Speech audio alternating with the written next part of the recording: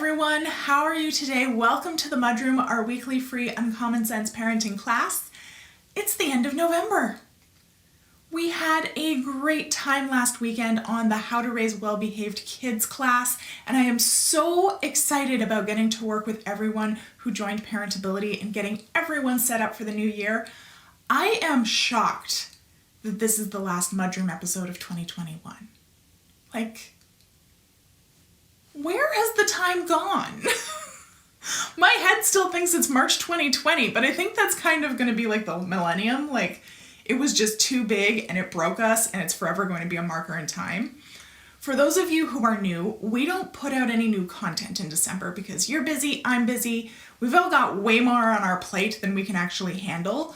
So we like to repost older episodes to highlight a few of our greatest hits from the last year so y'all can catch up and I can get ready for season 5, which, just hold the phone for a second. How are we on season 5?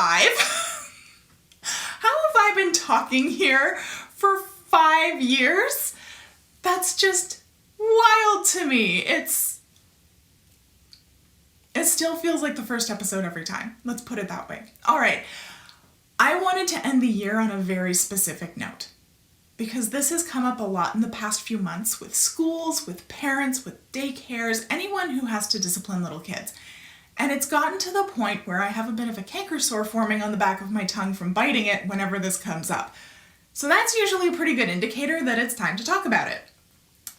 And that's the word but. Not as in your ass, as in, okay, but what about this? Specifically in the context of dysregulation. I keep hearing over and over and over some variation of, I know they were dysregulated, but. I know they were stressed, but. I know they were in red brain, but. And y'all, we really need to have a very frank chat about this. Before we get into it though, allow me to introduce myself. My name is Alana Robinson and I'm a parenting coach for parents of toddlers, preschoolers, and kindergartners. I help you understand why your kids are misbehaving and how to fix it without yelling, shaming, or timeouts. I'm your host here on the MudRoom. I'm also the host of the Parenting Posse Peer Support Facebook group, and I'm the creator of the Parentability program where I help you raise well-behaved kids of your own. If you're watching, say hi, let me know what you're most looking forward to in December, and while you're here, don't forget to like and subscribe so that you never miss another class and you don't miss season 5. That's not going to get old. Okay. So let's talk about the word but. But, as you likely know, unless English is not your first language, is used to contrast different pieces of information. It was sunny, but it was windy. It was funny, but in bad taste. It's a qualifier. And as I said, often when I'm discussing dysregulation with parents, they'll say, I know they were dysregulated, but I can't let them hit. Or, I know they were in red brain, but screaming is unacceptable. Or my personal favorite, I know they were tired, but running away and crying wasn't going to fix it. 90% of the time, parents use the word but in relation to what I call the big 4 stressors. These are things that there's no way over, there's no way under, there's no way around, you gotta go through.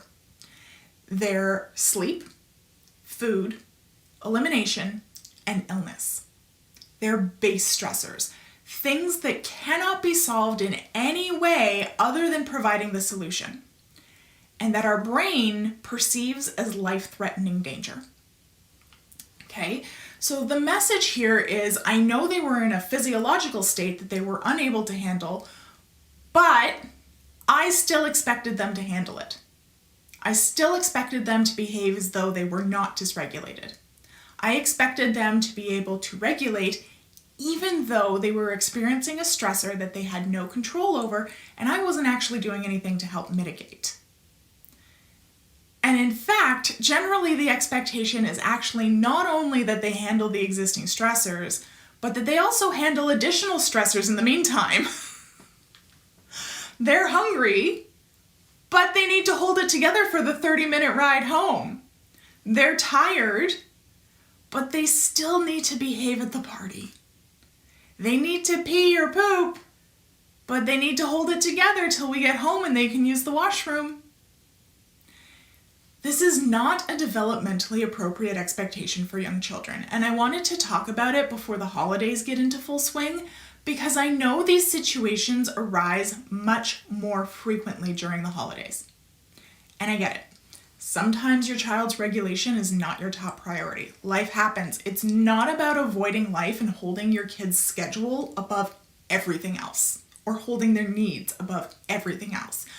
I'm not saying you have to leave the Christmas party or not go out altogether because you know it's going to run late and it's during your child's nap. I'm not saying you can't go to the parade because there won't be bathrooms immediately available. I am saying that you need to anticipate what your child's ability to regulate is and when it's going to start disappearing.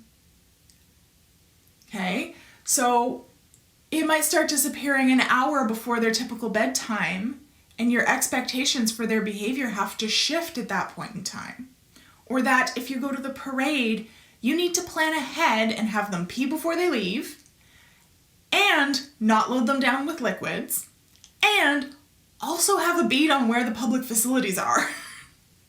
You have to expect that they won't be on their best behavior and either make a plan to regulate them or accept that your kiddo is just going to be a mess until you can fill the need. And that's totally okay. And I encourage you to put your own needs above your child's regulation sometimes. It's necessary. But it should be a conscious choice, and your child should not be punished for your lack of planning or the unexpected circumstances or you prioritizing your own regulation. That's all. And even when you make a plan, it's not always going to be perfect. Life happens. Sometimes the tank empties faster than you could have anticipated or for reasons that you can't actually see. And there's just no avoiding it. It happens to everyone. Sometimes they've got an illness coming on and what seems like a totally normal park date turns sour, and it's not until 2 days later that they start showing symptoms and everything starts falling into place.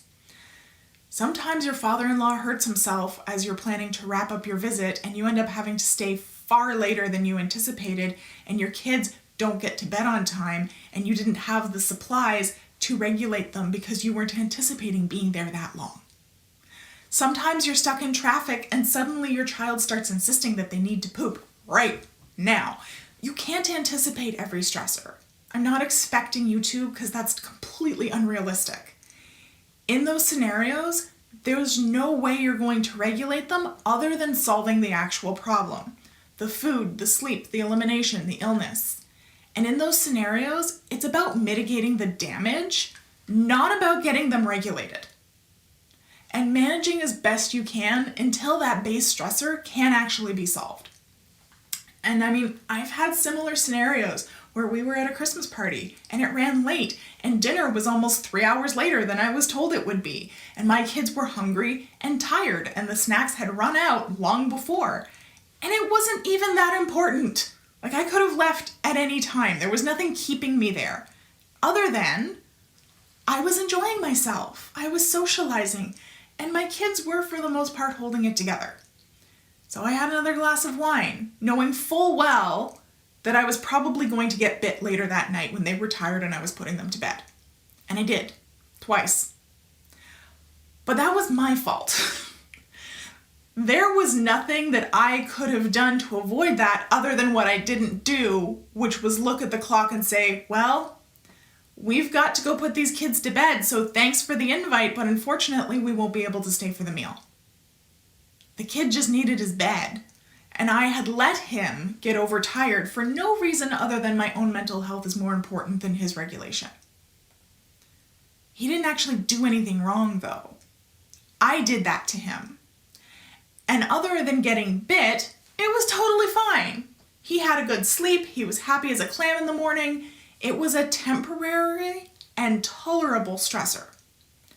It would not have been fair, however, to discipline him for biting me in that instance because he didn't have control over his behavior due to the circumstances I created.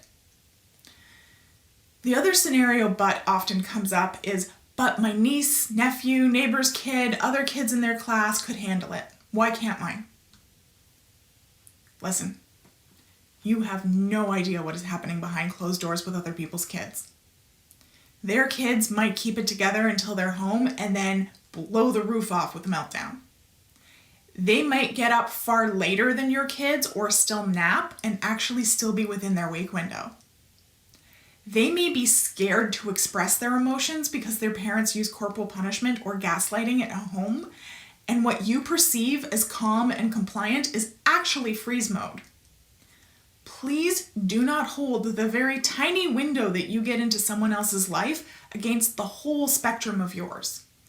You cannot calmly handle your child's dysregulation when you're thinking, well, Amy's kid is fine, why aren't you? Comparison is the thief of calm. The moment we start to compare our experience with our perception of someone else's, we become dysregulated because we instantly feel attacked. And when we feel attacked, our brain will make us do just about anything to feel safe again. Only in this instance, it's your child's behavior that's the perceived danger. And that's generally when we behave in ways that we otherwise wouldn't. Yelling, shaming, making threats, etc. And that we'll really regret in the morning. When those base stressors, sleep, illness, food, elimination, are involved, there's no way to teach out of those. Okay? Nothing's going to solve those problems other than resolving the need. No amount of Lego or running or deep breathing or meditation or calming squeezes is going to help. Kids do well if they can.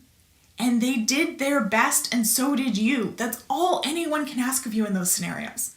There is nobody in this world who never experiences dysregulation and who has calm, compliant kids all the time. Get that expectation out of your head because it's not reality. We just want these instances of unsolvable dysregulation to be as few and far between as possible. Okay, that is the best case scenario.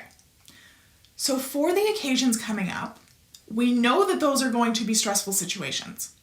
There's going to be strange people. They'll be out of routine. There's excitement around presents and food and music and dancing.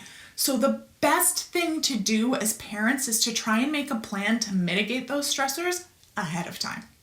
Anticipate them. Make an arrangement for a sitter to bring them home and put them to bed. Bring some typically regulating activities so that they get breaks throughout the gathering.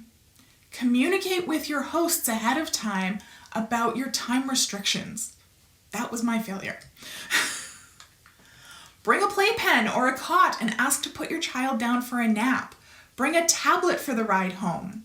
One of my favorites is to bring my kids PJs and toothbrushes, and after dinner, we ask if we can just quickly shower them, and then we change them into their PJs and set them up with a tablet or reading a book with a willing relative, so that even if we're leaving late and they fall asleep in the car, we can just plop them in their beds when we get home. We don't have to do the whole bedtime shenanigans. And it signals to the entire party that, hey, it's time to wind things down here. How it actually looks in practice can be totally custom to your family and traditions and how your gatherings typically function. You just want to make those plans ahead of time as much as possible. We want to, as much as possible, stay out of reaction mode. When you're in the moment and you notice that you're heading towards disaster, you generally don't have your tools available to you. It's kind of too late. You have time to prep them for the holiday festivities and mitigate the stress proactively. And you have the time to make a plan B for if they still get stressed and how to balance everyone's needs. Use that time wisely. Prepare your kids ahead of time and make a plan rather than just hoping everything will work out. There's a saying, failing to plan is planning to fail, and that really applies here.